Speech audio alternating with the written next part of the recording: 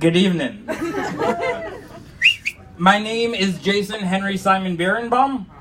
It always gets one of my biggest laughs. It's weird. If that name is too hard for you, you can just call me what my old boss did. Hey, asshole.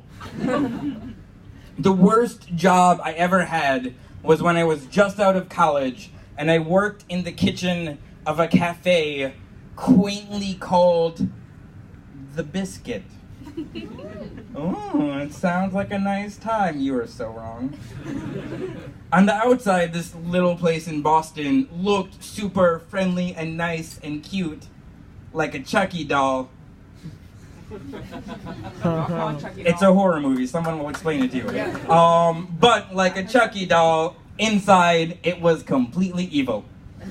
The woman who ran the kitchen was this little troll of a Russian woman named Greta, who as a child had escaped Soviet communism.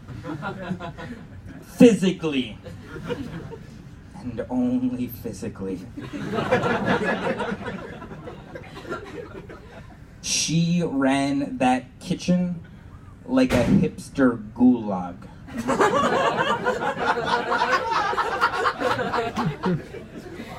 For those of you in the audience who are not laughing, I'm assuming it's because you do not know what a gulag is. A gulag is a Soviet Russian work camp. For those of you who do not know what a hipster is someone who is not good at work, but you still might want to send to a gulag. I teach English. And so, my first day there, the only other prisoner is this ballerina. Because apparently part of the mandatory training of all true ballerinas is to spend every morning of the week being yelled at by a tiny Russian woman with a knife. And that specific morning, Princess Tutu had not properly prepared the quiche spinach. So Greta turns to her in a low growl and says, "Do you want that I should take you to the basement again to have a conversation?" Holy waterboarding, Batman!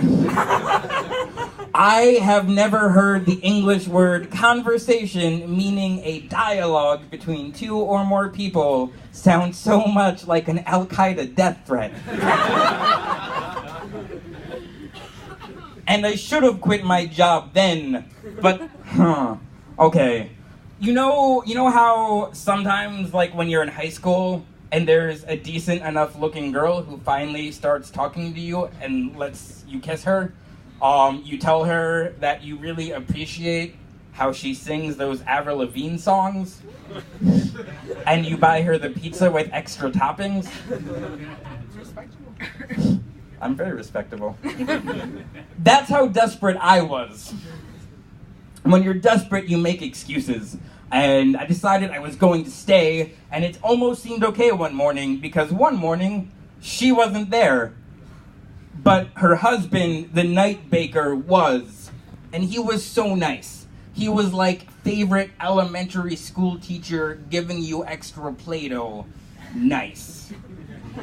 He was like Mr. Rogers' wonderful American children's TV personality saying, "Neighbor, it's okay. Everyone makes mistakes sometimes."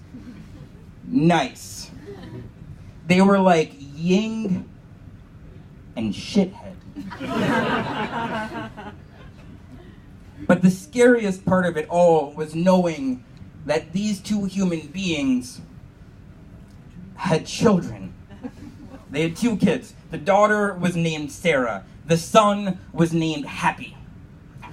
Only in a kitchen in Boston would you meet the one Russian who has ever been referred to as Happy.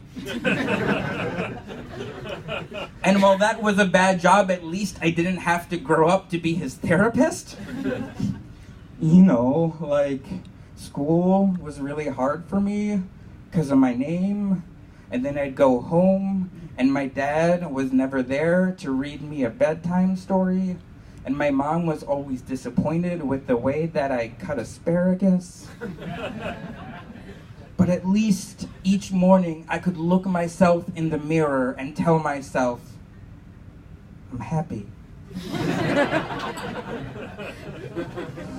I'm really happy. Thank you.